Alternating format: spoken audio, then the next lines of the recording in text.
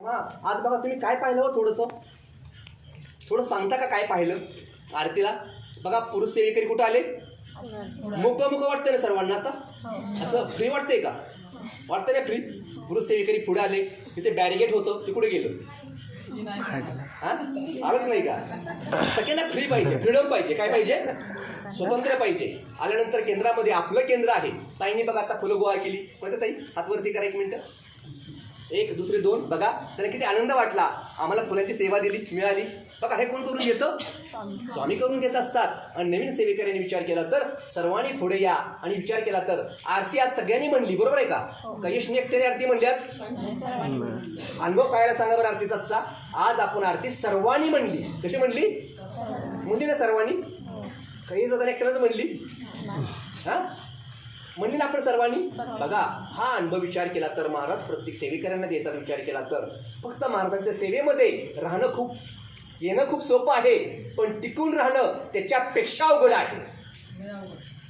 अवघड आहे कारण सेवेत कोणी येतो विचार केला तर लक्षात ठेवा. आल्यानंतर सेवेमध्ये महत्वाचं म्हणजे महाराजांची सेवा आहे आणि स्वामींची सेवा करत असताना आपण विचार केला तर आपल्या तोंडून कळत ना कळत आज अपशब्द जातात. अपशब्द विचार केला तर कुणाला जाऊन द्यायचं नाहीये, कारण केलेली सेवा ह्या ठिकाणी निष्फळ होते. केलेली सेवा निष्फळ होते. मला सांगा विचार केला, दादा आहेत, ताई आहेत, आरती महाराजांची ओवळतात. चला ठीक आहे, आरती ओवळताना ते नवीनच आहेत. विचार केला तर चुकले तर चुकले, महाराज काय त्यांना शिक्षा देतील का? त्यांना आपल्याला काय म्हणायचे, अर्धा चंद्राकार आरती करायचंय आणि त्यांना अर्धा चंद्राकार नाही जमत, त्यांना अशी नॉर्मल जमती या, मग काय फरक पडतोय का? महाराज म्हणतील का असं का मला ओवळलं म्हणून? महाराज विचार केला तर जशी तुम्ही सेवा करचाल ती स्वामींना अंतकरणापासून केलेली सेवा स्वामींना मान्य आहे. हे त्रिकाल सत्य आहे. तिच्यामध्ये विचार केला तर कोणी असं म्हणायचं नाहीये माझे हे चुकल, माझे ते चुकल. आज अशी विचार केला तर आपण अनेक बंधनामध्ये अडकलेलो आहे. आपल्याला विचार केला तर एवढी बंधनं घातलेली आहेत आज या मार्गामध्ये आल्यानंतर की तुम्ही हे करू नका, ते करू नका, महाराजांना हे आवडत नाही, महाराजांना ते आवडत नाहीये. महाराजांना सर्व आवडतं. स्वामी हे जगाचे मालक आहेत. कुणाचे मालक आहेत? जगाचे मालक आहेत, विश्वाचे मालक आहेत. जर विचार केला तर श्री स्वामी समर्थ अनंत कोटी ब्रह्मांड नाही का आपण त्यांना म्हणतो. हे विचार केला तर जर विश्वाचे मालक आपल्या समोर आहेत आणि त्यांच्या आपण आज आरती म्हणतो या, विचार करा आपल्या 108 आरती आपल्या जर झाल्या तर 108 आरतीच्या माध्यमातून आपला विचार केला तर स्वामींच्या कोर्टामध्ये, हे जगाचं कोर्ट आहे, त्या कोर्टामध्ये त्याच्या 108 आरत्या झाल्या. आणि विचार केला तर आपले अनेक काही प्रश्न असतील ज्याचा प्रश्न सुटत नाहीये. अनेक सेवा करून सुद्धा पण जो 108 सेवा करतो, आरत्या करतो, त्याचा स्वामींच्या कोर्टामध्ये निकाल लागतो. म्हणजे लागतो हे त्रिकाल सत्य आहे.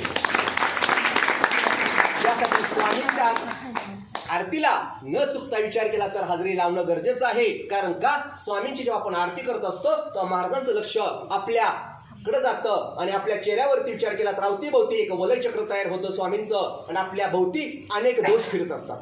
आपल्या भोवती अनेक दोष फिरतात. पितृदोष असू द्या, बाह्य दोष असू द्या, अनेक दोष असतात. त्या ठिकाणी स्वामींचं एक संरक्षण कवच तयार होतं. काय होतं?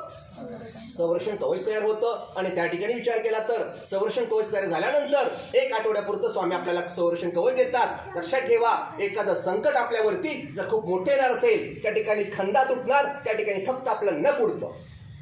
महाराजांची आरती केल्यानंतर काय होतं लक्षात ठेवा. आपण म्हणतो मला वेळ नाही आज, आपण पुढल्या आरतीला जाऊया. आणि महाराज विचार केला तर जेव्हा एखादी वेळ येते तर हॉस्पिटल आपण 8 दिवस जाऊन बसतो. कुठं बसतो? हॉस्पिटलला आपण 8 दिवस जाऊन बसतो. परंतु स्वामींच्या आरतीला म्हणतो मला आज वेळ नाहीये. अनेक सेवेकरी म्हणले असतील खूप आज पाऊस आहे, कसं जायचं? तुम्हालाही पण पाऊस होताच ना? नव्हता पाऊस कोणाला? बघा कोण कसं आलं त्याची त्यालाच माहिती आहे आरतीला. कोण चिखलातून आलं, कोण विचार केला तर चालत आलं, कोण भिजत आलं, परंतु आरतीला या ठिकाणी पोहोचले. लक्षात ठेवा, जेवढी आपली स्वामींच्यावर श्रद्धा भक्ती असणं ही सगळ्यात महत्वाचे आहे. जर आपण अतूट श्रद्धा अंतःकरणापासून स्वामींच्यावरती विश्वास ठेवतो तेव्हा लक्षात ठेवा काही गोष्टी विचार केला तर महाराज आपल्या परीक्षा पाहतात. प्रत्येक वेळेलाच तुम्हाला सुख समाधान मिळेल असं काय आहे का? काही वेळेला तुम्हाला चढ उतार पण मिळेल, त्यात पण आपल्याला चालता आलं पाहिजे. पाठीशी आपल्या कुठली शक्ती आहे? स्वामी शक्ती आहे. मग भ्यायचं कशासाठी? भ्याचं कशासाठी? लक्षात ठेवायचं एकच, आपल्या पाठीशी सगळ्यात मोठी शक्ती आहे, ती म्हणजे श्री स्वामी समर्थ. म्हणून विचार केला तर आज जगात सगळ्यात मोठा मार्ग आहे, सुवर्ण मार्ग.